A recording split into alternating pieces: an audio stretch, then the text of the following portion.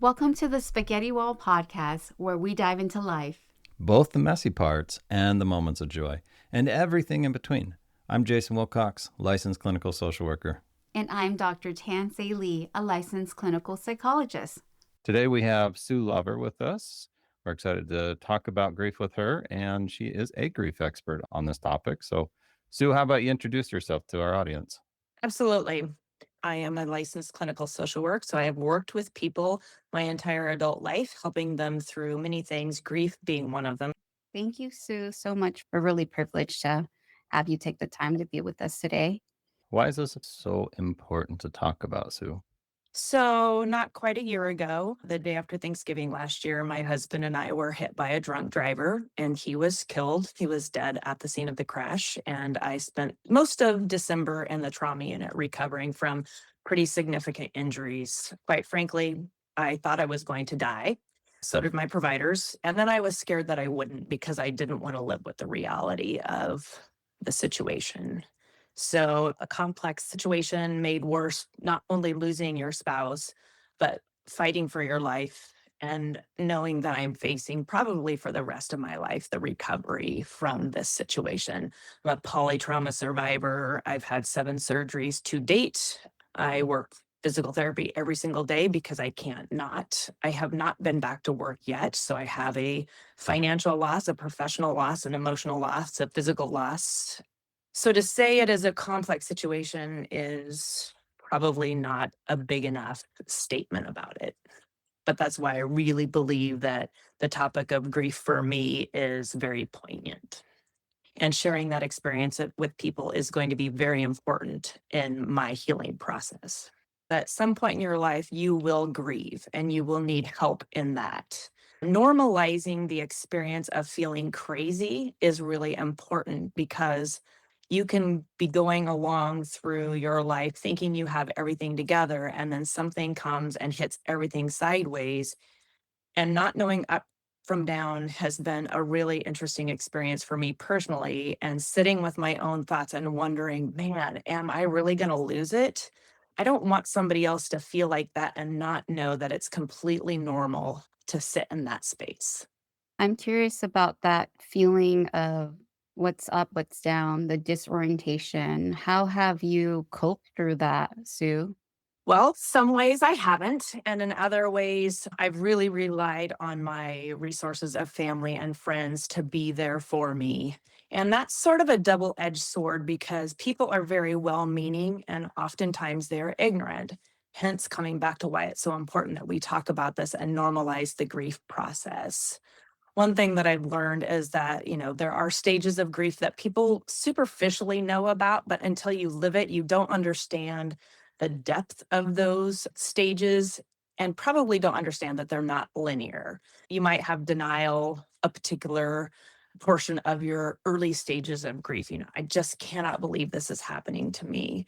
And then the anger sets in, like, why is this happening to me? How could, the universe, God, all things holy, whatever you call it, put me in this position? And what if I would have done something different? So kind of that bargaining mentality. Could I have avoided this? What if I had used the bathroom before we left the house? Could the accident have been avoided?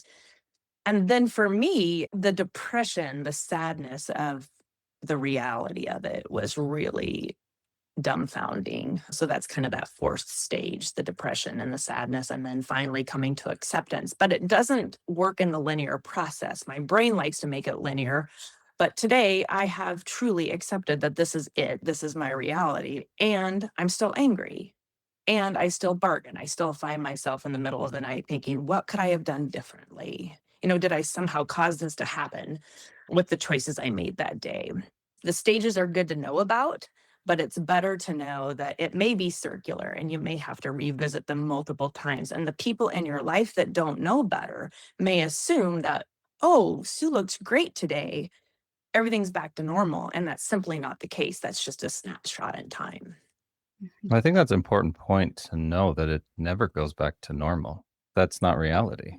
I'm also wondering, and this kind of motivated you to start taking some grief classes or getting certified in it, right? Yep, I decided to use this time, even though I'm unable to work, to get certified as a grief therapist, because although I have helped people, until you stand in these physical shoes and really have to experience it, there's no way you can really understand what people are going through. And I think eventually I will be much better in my roles professionally because of this experience and the extra work that I'm doing to prepare myself to be in the best position possible to help people.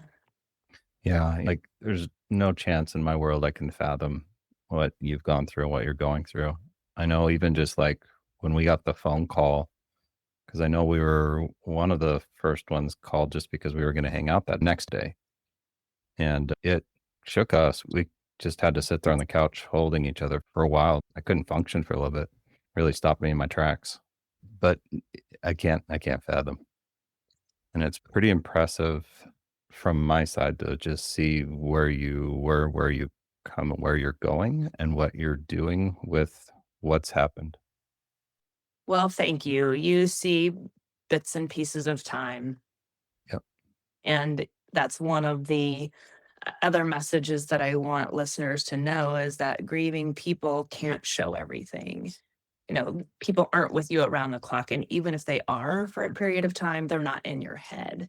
And they don't understand the depth of despair that you can get to when something like this happens. And I do feel it's so multi-layered. I don't think it's just like one part of this loss. Your situation has, like you said, poly losses.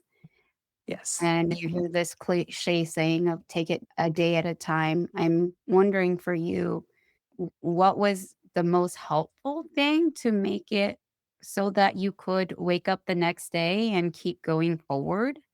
Because how can you not lose all the air in your balloon, not feel deflated and hopeless and helpless when you're at such a great loss in many layers of your life? Well, I do feel helpless and hopeless sometimes. I can't control what happened and I can't control what's going to happen tomorrow. But what I can control is my thoughts and I can control what I focus on and I can control how I allow myself to ponder things. And so I think my parents raised a very stubborn, resilient person for all of their great qualities and not so great qualities. They produced somebody that knows how to get through life. And that resiliency is really coming to task now because I am a survivor of many other things. I know how to self regulate under good circumstances. And I've had to really dig deep to figure out how to do it under these circumstances. And there are days that I don't want to. There are days that it is so bleak, I can't imagine going another step, but I don't have to do everything at once. And you can't eat an elephant in one swallow. So you take it at bite sized pieces. So, what's the best feeling thought I can have right now? What is one moment of progress that I can make today? What is a new meaning that I can find for the next 5 minutes? Sometimes it's not day by day, it's literally been minute by minute. It's interesting some of what you're saying about the struggles of trying to just get through this. I know sometimes when I'm talking to clients that are grieving, the importance of not judging self during this process, of being okay with the fact that your body's gonna need, your mind's gonna need different things, different days as you go through this process, and not to try to judge it and control it, but instead work with it and accept what's happening and work through the process like you're talking about. Yeah. The suspending judgment has been really important to me.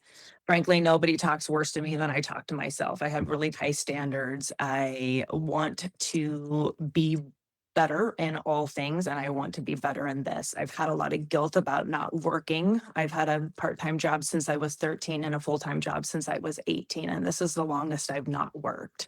And it feels like I'm doing something wrong, that I'm lazy or that I'm letting people down, my team at work.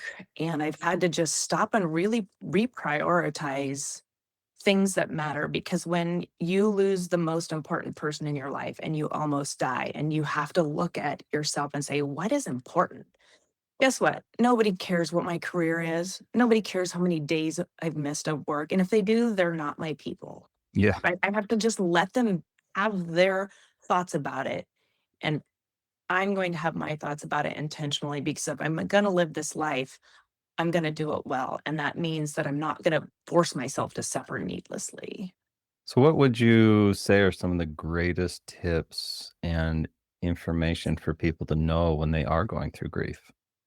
There are a variety of coping strategies, and I think 2 that I haven't touched on that are really important is recognizing that you will have loss orientation. You're gonna have to grieve, you're gonna have to figure out how to accept it, you're gonna have to figure out how to experience the emotions, and if that means getting support while you do it, if that means maybe taking some medication, if that means having people around when it's dark because you don't like being alone, do that. Experience your loss, feel your feelings, accept the reality, because then you're able to cope through restoration orientation, which is how do I re engage into this life that is so completely different from anything that I pictured for myself? How do I develop a new role and identity? How do I even explore what I want to do?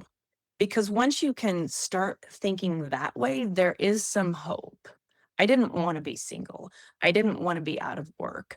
I didn't want to wonder if I'm going to be able to stay in my beautiful house. But there is opportunity with each of those areas to do something that maybe I've never thought about. I'm not a wife right now. I'm not an employee, really. I'm employed technically on paper, but what would I do if I could do anything? Now that I've had this reset, what does that mean for me? How do I engage with people socially? Because it changes. Your relationships with people change. Couple friends don't want to hang out with you, but what new can I find? So there's sort of this existential crisis that you go through as you're thinking about the restoration because you have to question everything about yourselves and come up with a new identity. And that can be exciting and that can spark hope. And maybe it's just picking one thing to work on. For me, it was getting my certification in grief because I wanted to be able to help people. And so finding those little or big tasks that you can visually see yourself working through is extremely helpful, at least for me. Thank you, Sue, for those tips. When I work with clients who have gone through loss, a lot of times I'm sitting with them in the discomfort of that loss. You talk about here's an opportunity for reset, and some people don't get to that mindset yet. And usually the feeling and the expression is I've lost everything. Some people sit in that for a while, and that's so painful and uncomfortable. I'm wondering for you, how was that process of accepting and sitting with that? Well, you said painful, and yes, it's extremely painful. And you can't do it for somebody else. For me, it was finally deciding that I was choosing to continue to hurt more by my thoughts. You have to want to get through it. And that comes with time, and that comes with being uncomfortable and recognizing that I have survived every single horrible day I've had up to this point. So maybe reminding people that you've been uncomfortable before. You've had things happen that you didn't want before. Maybe not to this magnitude, but you've survived every single one of them. And as a professional, I think it's really important to help people reframe the thoughts that they tell themselves because every thought and feeling we have doesn't necessarily reflect reality. I may feel like it is absolutely true from my perspective, but somebody may be able to help me see a different perspective through a safe conversation that they've fostered with me. So I would say, looking for that reframe, looking for that reminder that, hey, you have been in tough spots before and you've made it, and Mhm. helping them identify what their resources are. If you're alive, upright, and breathing, you have some resource. If you're in counseling, you have some privilege of being able to access healthcare. You have noticed that you need something. So maybe even just starting with that basics of identify the things that you are able to access that are working because that which we focus on will continue to grow. You mentioned earlier that the stages of grief aren't linear. What has that been like for you? I come from a helping profession background, so I understand the stages of grief from the textbook and from what people have shared with me.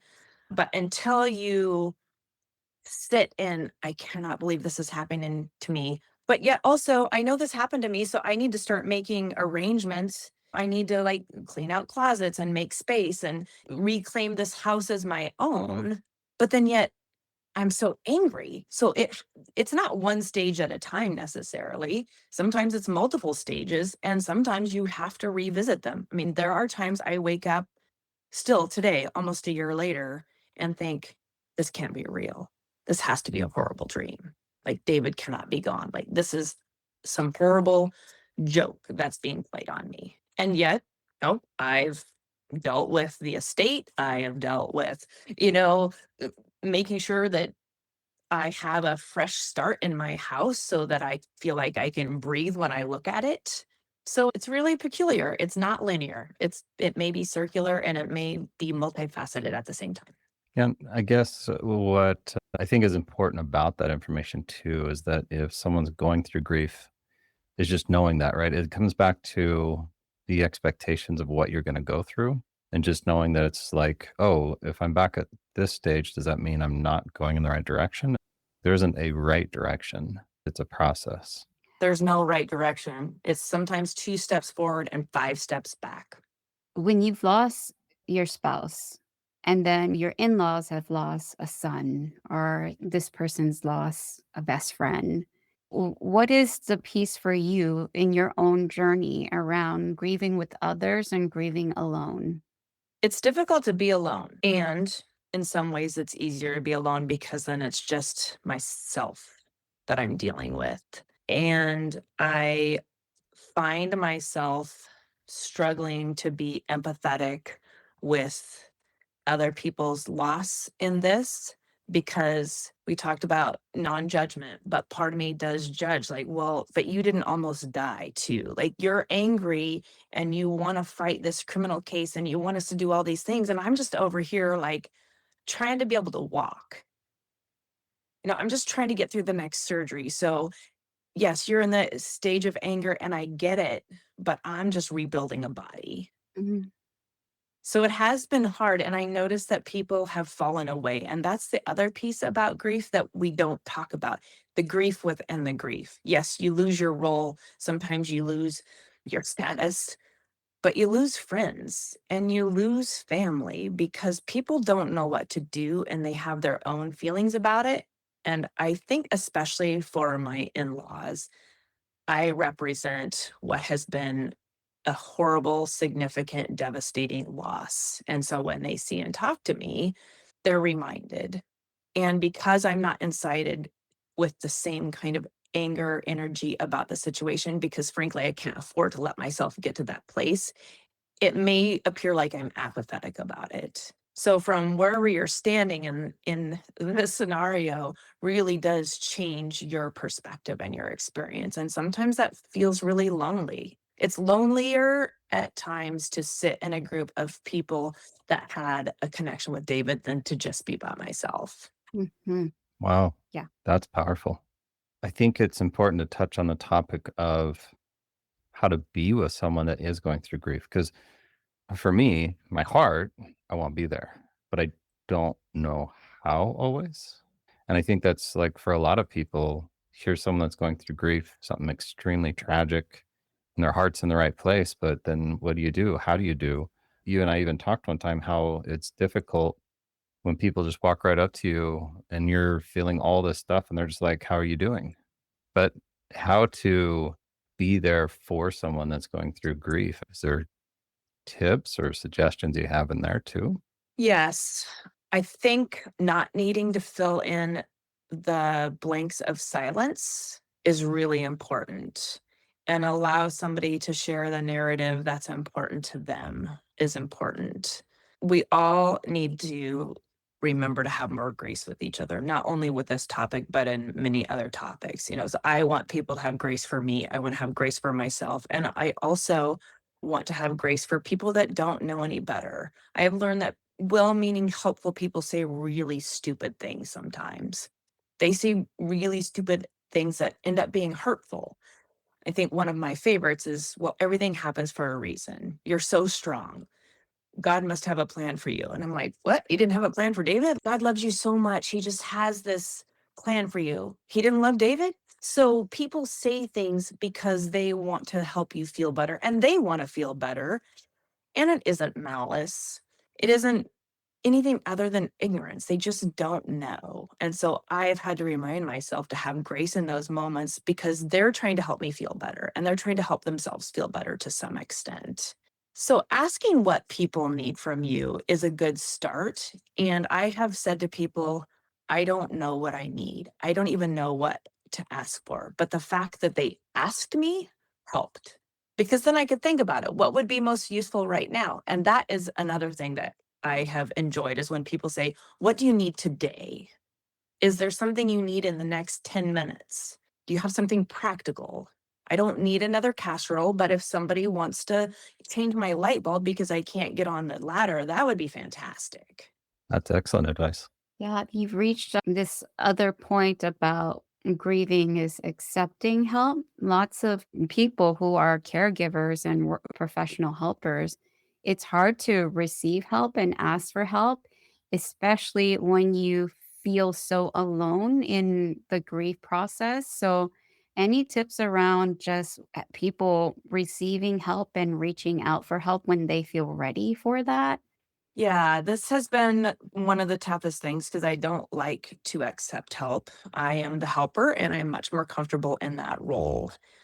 I had somebody say to me probably 2 or 3 months in, think of help as people's love overflowing to you and allow them to love you. And that really resonated. We all show love in different ways. And sometimes acts of service is exactly what people need to be able to do.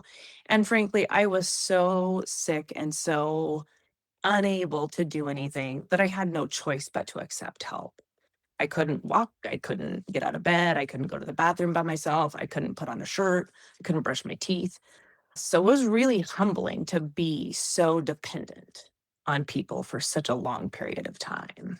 I think there is this negative core belief underneath that where it's I'm weak, I'm not competent. If I am not the helper, then I'm not worthy, then I'm not proving my worth and my value to others.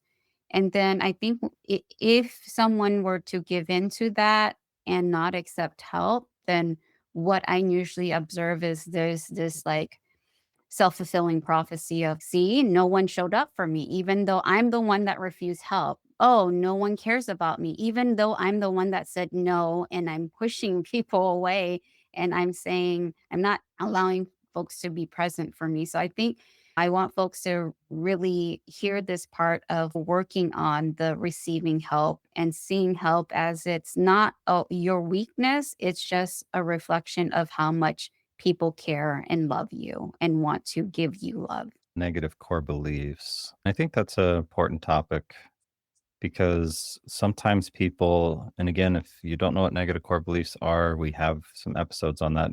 Please do check them out. But I think that's where grief gets complicated, where people attach a negative core belief to whatever's happening that's creating the grief.